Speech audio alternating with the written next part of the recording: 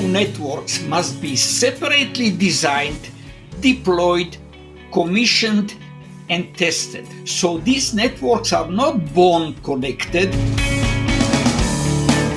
Hi, everyone, and welcome to the Industrial Security Podcast. My name is Nate Nelson. I am here with Andrew Ginter, the Vice President of Industrial Security at Waterfall Security Solutions. He is going to introduce the subject and the guest of today's show. Andrew, how are you? I'm very well, thank you, Nate. Our guest today is Daniel Ehrenreich. He is a consultant, an industrial security expert, and a trainer whose home base is in Israel, which is one of the hotbeds of cybersecurity innovation in both the IT and the industrial worlds. Our topic today, we're going to cover a lot of ground, but we're going to start with ITOT nonconvergence. Okay, here's you and Daniel. Hello, Daniel. Before we get started, can you tell us a bit about yourself and about what you're up to nowadays? Thank you, Andrew, for inviting me to this podcast. My name is Daniel Ehrenreich. I started my engineering activity about 45 years ago. I work for leading industries like Tadiran Israel, Motorola, Siemens, and finally Waterfall Security under your guidance.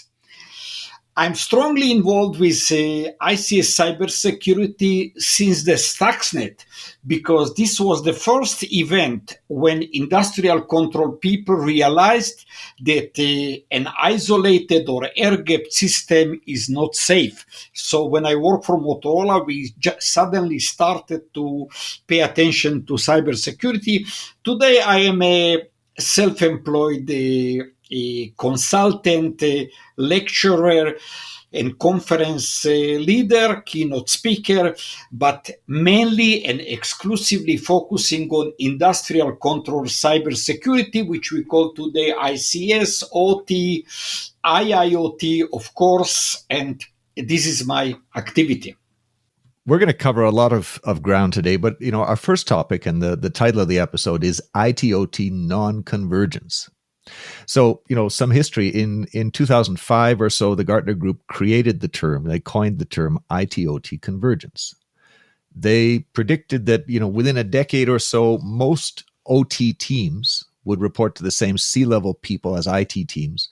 Most of the OT business processes would be integrated with IT business processes. So, for example, if you needed a relational database in an industrial application, it makes no sense to buy a SQL Server license when you've already bought an unlimited enterprise license from Oracle.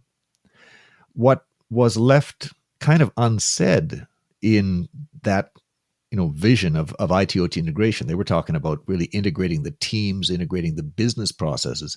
What was left unsaid was that, you, of course, your IT and your OT networks are going to be connected and become, converged through this integration of your personnel and your business processes. Fast forward 15 years, we're in 2020 now. We see a lot of predictions that the Gartner Group has made have come true. They maybe didn't come true quite as fast as was predicted, but we see a lot of OT teams interacting heavily or sometimes even reporting to the same C-level executive as the IT, as the enterprise security teams. Now, you wrote an article very recently for the startup observatory.com. You argued that the convergence really isn't happening. Can you talk about that article? What do you mean that it's not happening? First of all, Gartner is a respected company. They have researchers. They look at the long-term processes, what is going to happen.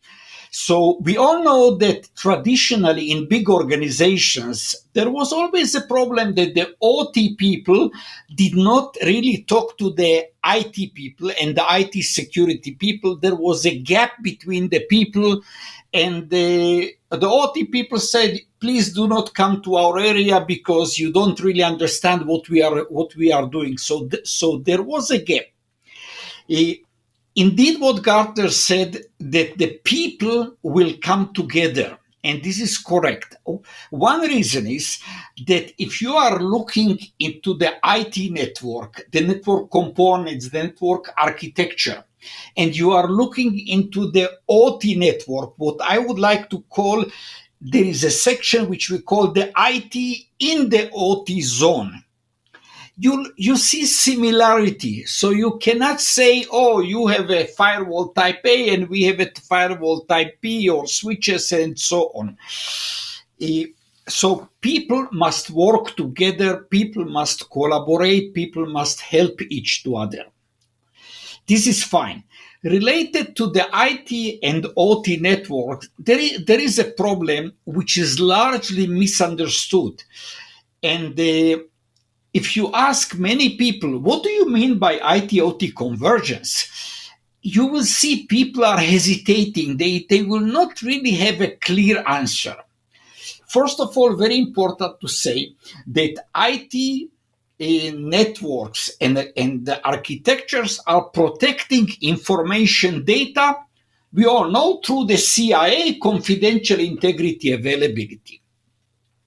When you are looking into the OT network is also protecting data, but the process data.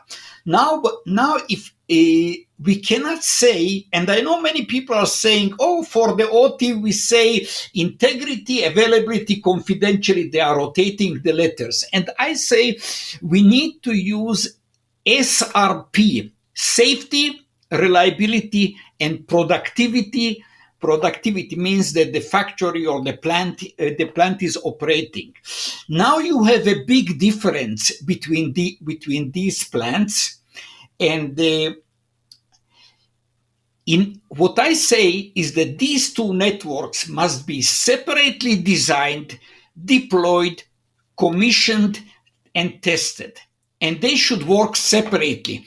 However, for improved productivity, maintenance cost reduction, and better management control on what is happening, we need to connect this network.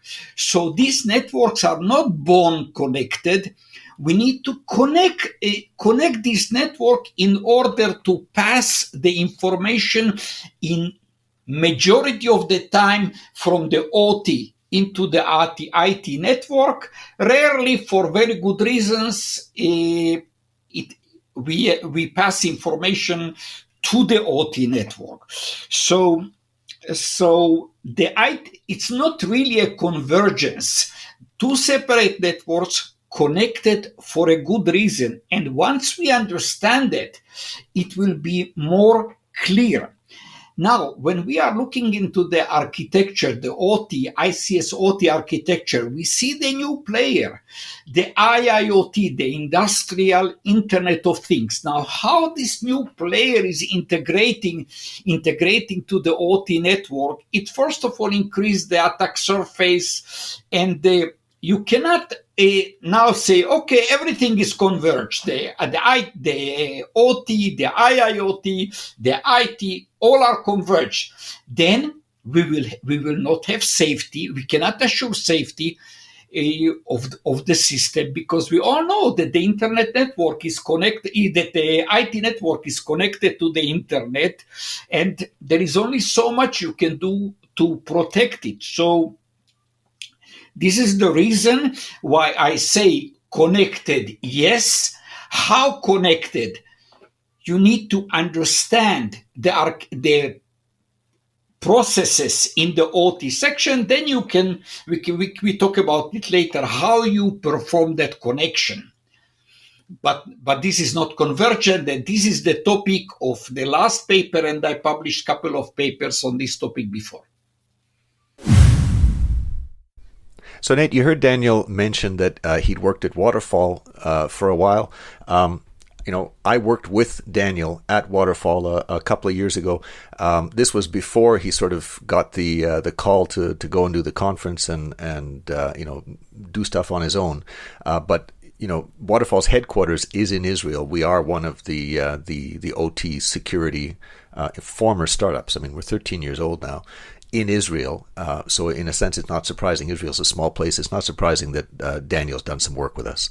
Right. And I noticed he mentioned safety and reliability, but Daniel also mentioned productivity. Andrew, is that the same as reliability, keeping the plant going? It's not. So let me back up. In the beginning, it was all about confidentiality, integrity, availability. This is the buzzword on the IT side. It still is, protect the information. And, in the early days of industrial security, a lot of advice came out from the ISA, from other authorities, that was heavily influenced by IT, because in the day, IT were the security experts and the OT people were still coming up to speed. And so they reversed it and they said, protect the integrity first for safety, protect availability next, which translated into reliability, and, confidentiality as well. But as time went by, a lot of people started saying, those words don't really resonate with this industry. Let's talk about safety, because that's the first priority at every industrial site I've ever visited. Let's talk about reliability, because the priority is I've got $1 billion asset, physical asset here. I've got to keep productive. What's been happening very recently, this is still evolving. I mean, this is a new field. That terminology I only started hearing being used about 5 years ago, the safety reliability stuff. It played a big role in the second generation advice. NIST came out with a standard, 800-82. This is the Industrial Control System Security Standard that NIST came out with. Their version 2 that came out less than 5 years ago talked a lot about safety and reliability. They picked up on this terminology. What I've heard more recently is, I've heard terms like continuous, correct, and efficient operations. And, I haven't heard Daniel's terminology, safety, productivity, safety, reliability, and productivity. So the productivity is new to me, but I'm thinking it probably dovetails with the efficiency term I've heard used. To me, the productivity and the efficiency thing speaks to the imperative for ITOT integration. This is why the Gartner Group, one of the reasons the Gartner Group, was talking about this 15 years ago now. The efficient operations has to do with what happens, I think, on the IT network. So, it's always been possible to operate the power plant without a connection to IT. You just keep the lights on. You push coal into the burners. You heat the boilers. You turn the steam turbines, and so on. Efficient operations, is things like predictive maintenance. Reduce your maintenance costs by delaying maintenance because you've determined that it's possible to do so safely given the operating environment of the equipment. Or when you run out of inputs, when you run out of spare parts, when you run out of supplies, you can order those things, but order them in a sense automatically in the IT space, based on information you're gathering from operations. So a lot of those efficiencies are happening out on the internet. They're happening on the IT space using the OT data to create business efficiencies is why we do the connection. And the punchline that I heard here in Daniel's analysis was that the people he's talking to do not see that IT networks are converging with OT networks. He does not see that the OT equipment is being put on the IT network and it's becoming one big happy network. That's not what I heard that he's seeing.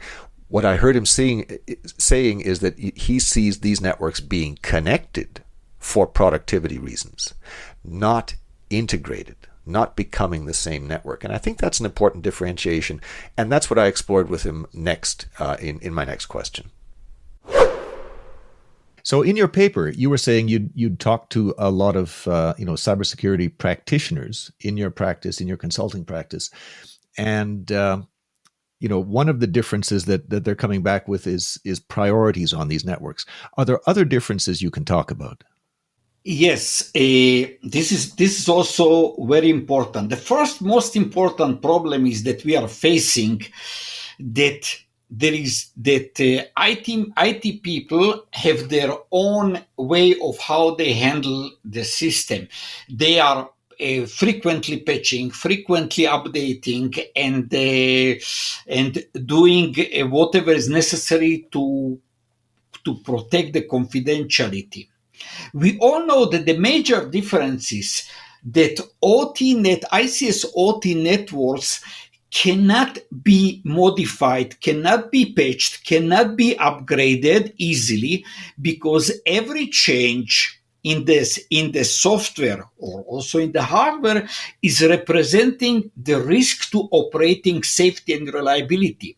So if I want to point on one major changes is the fact that systems cannot be upgraded, and this is the reason why we often see systems operating for 10, 20 years or even longer.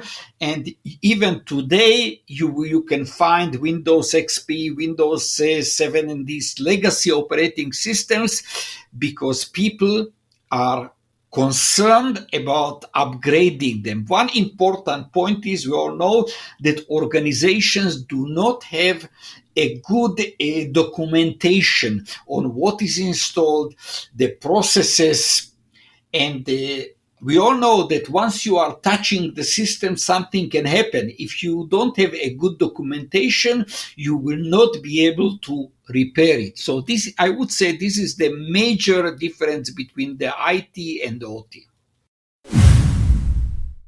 So let me paraphrase real quick. What I heard Daniel explain as differences, the two key differences he cited. One is that the OT networks, they cannot be changed easily, and he's absolutely right.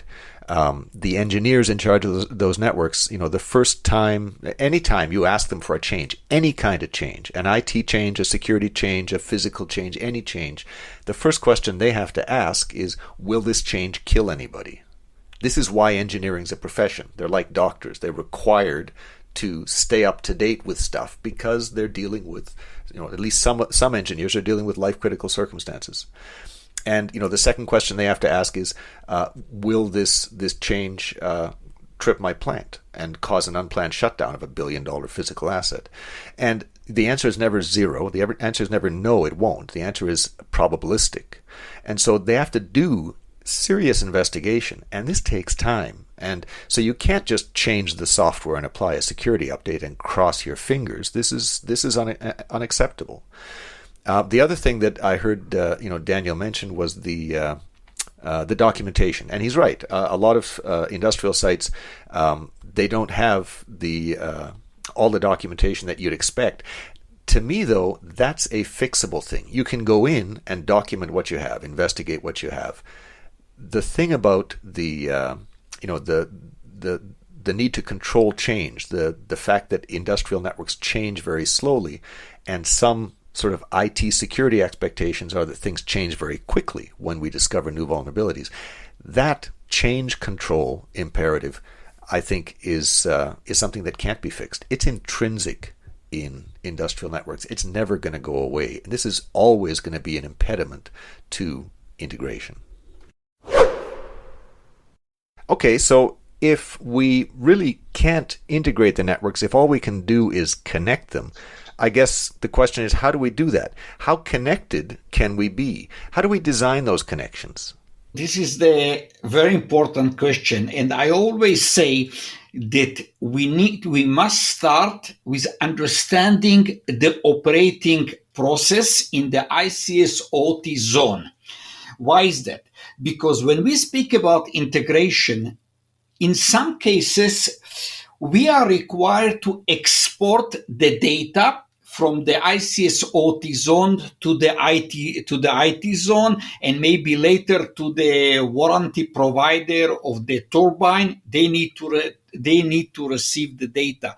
There are some other cases where frequently we need to have I don't want to call it two-way communication, but frequently the IT network must send information to the OT, and the OT must send the operation data to the IT. And once we understand this process, we can have a clear view about how to perform the connectivity. In some cases, easily you can put a unidirectional security gateway to transmit the data from the OT to the IT. if you require two-way communication, you may either use a strong firewall, or you can use a demilitarized zone, or you can have any kind of customized solution. Today, we are talking a lot about the need to perform remote connection to the OT network because people cannot easily travel.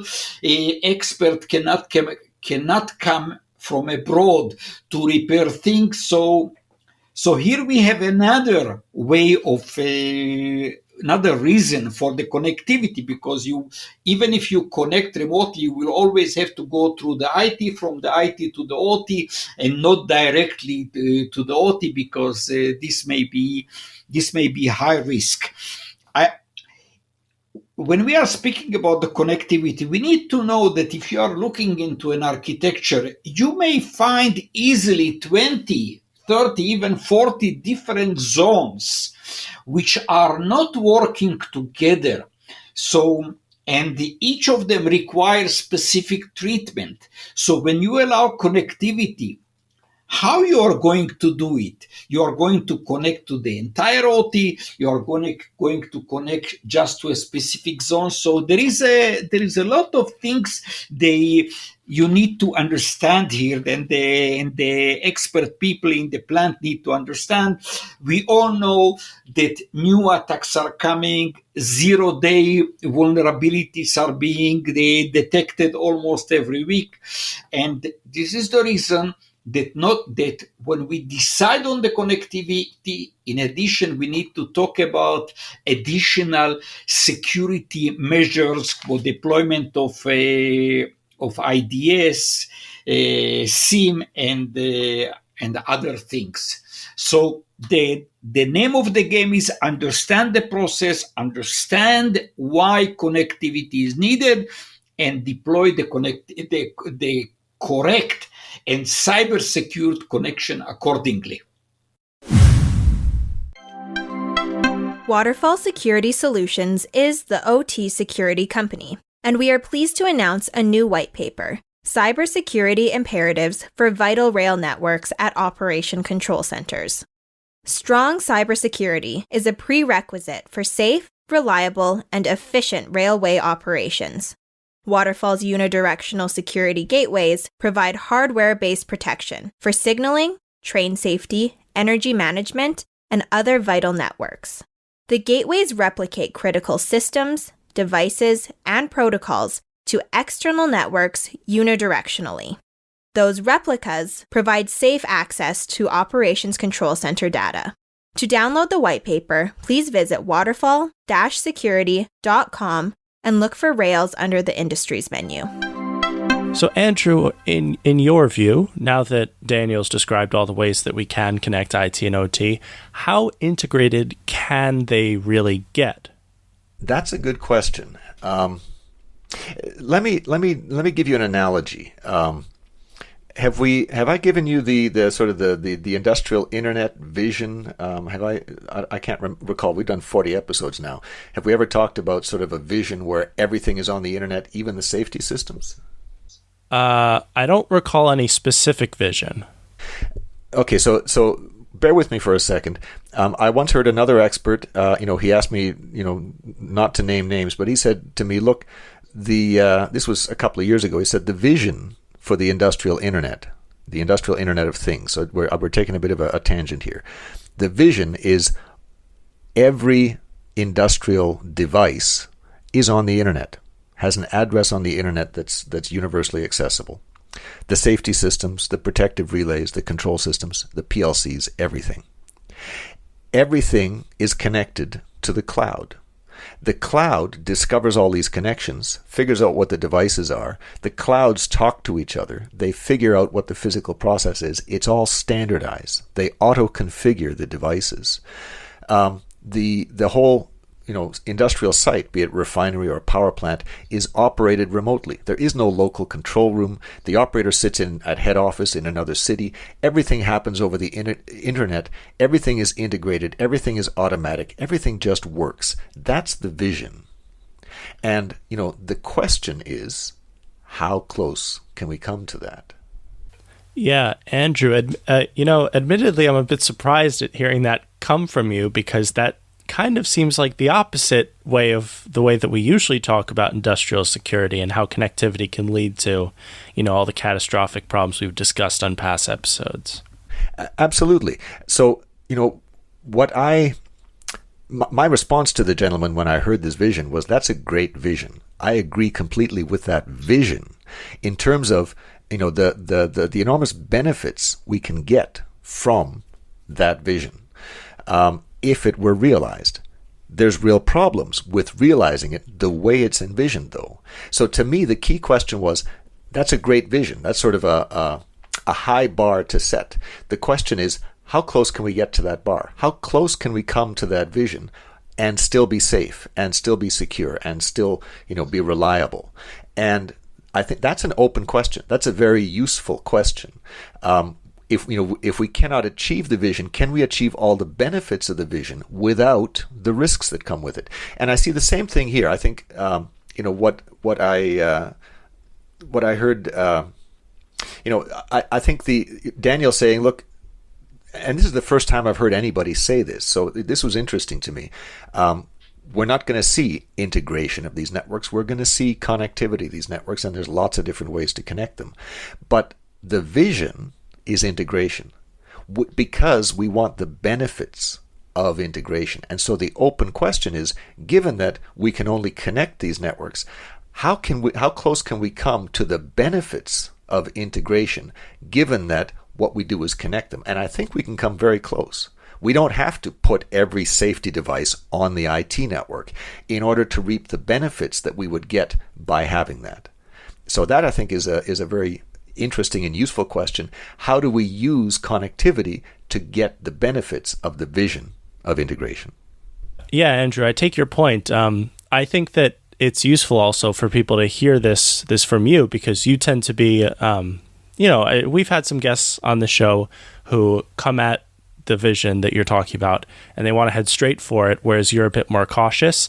I think it's useful that everybody is working towards the same goal. It's just a matter of to what extent we all think it can work and on what timeline maybe.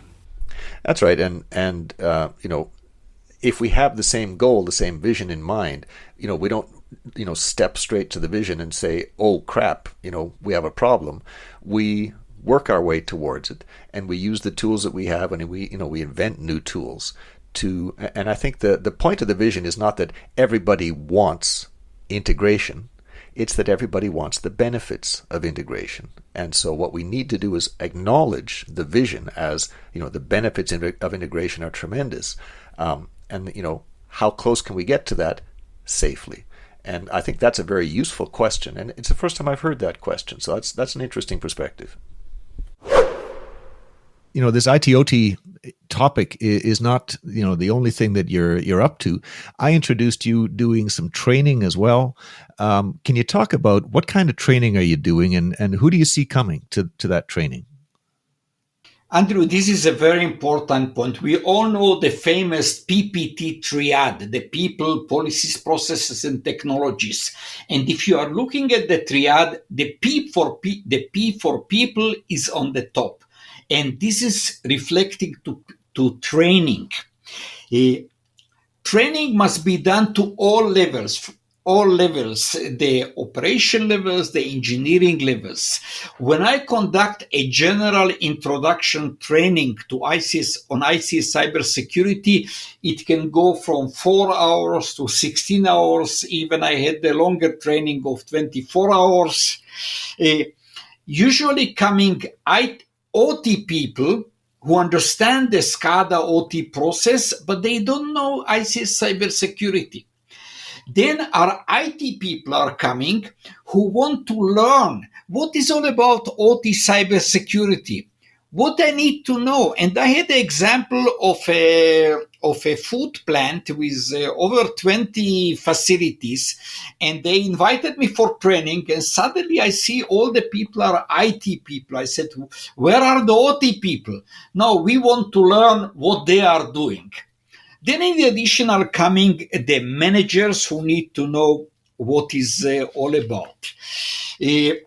Other type of training is related to understanding the standard. We all know that the ISA IEC 62443 is the only standard. Actually, there are 14 paragraphs and only 5 paragraphs are the standard. But this is a very good document which includes all the aspects of ICS cybersecurity. And once I teach this process, people better understand how to protect their plant, how to collaborate with among the teams. So I see training is very important. Unfortunately, organizations are a little bit reluctant to allow people to come to training or finance the training. I think a lot of attention is needed, and I'm working very hard to improve that situation. You also run an industrial control system security conference in Israel. Can you tell me a bit about the conference? This is interesting. I went strongly to the ICS cybersecurity after the Stuxnet, and then I realized that there is not much done, as I mentioned earlier, about ICS cybersecurity. In 2016, I connected with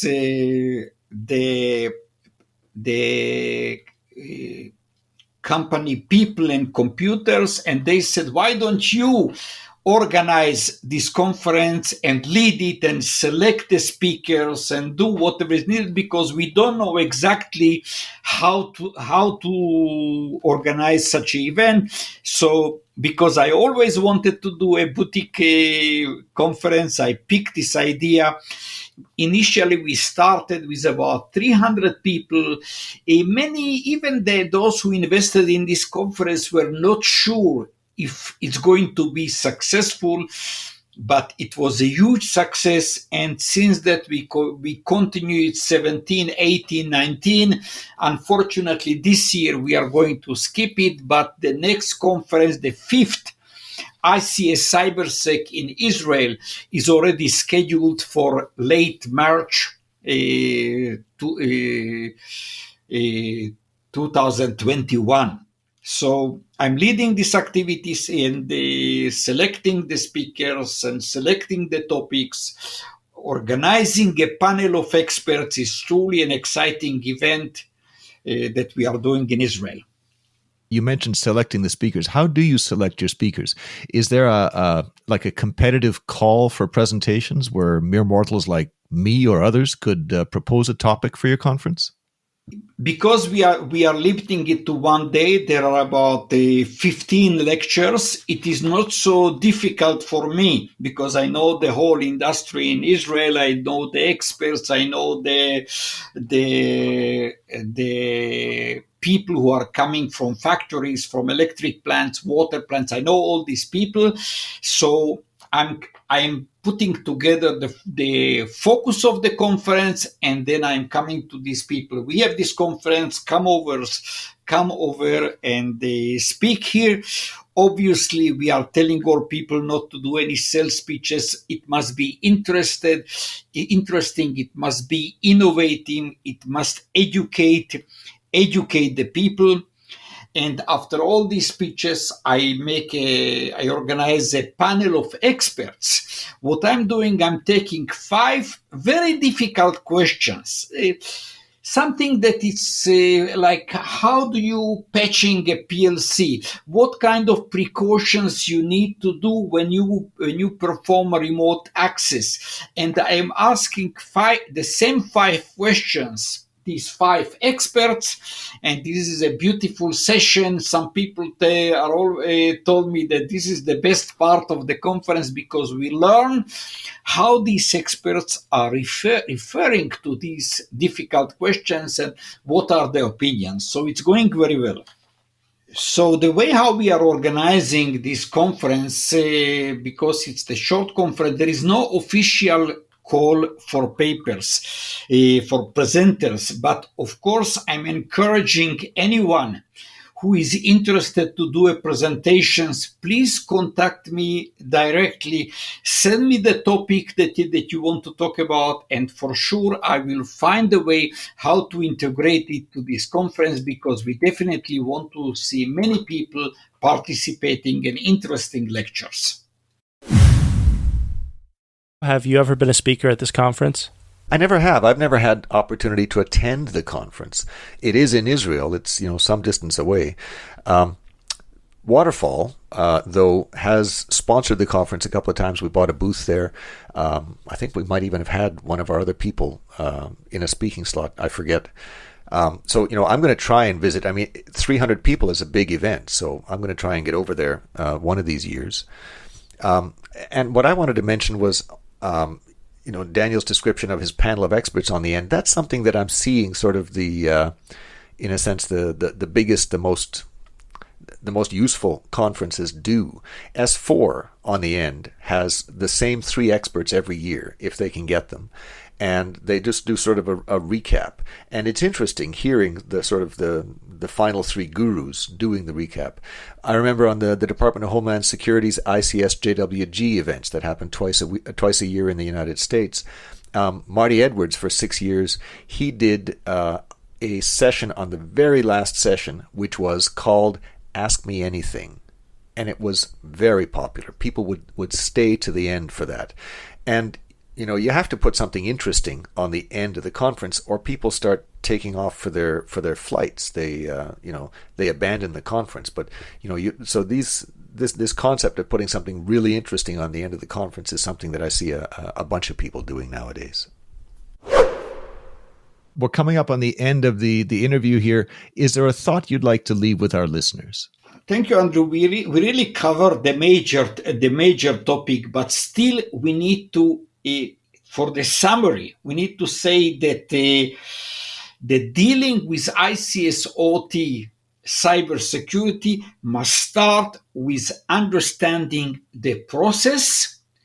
And this is the reason why this activity may be difficult for IT people. However, IT teams and OT teams must help each to other, because what I already mentioned, the IT within the OT and the IT looks similar. So same technology and same approach need to help each other how to do it right.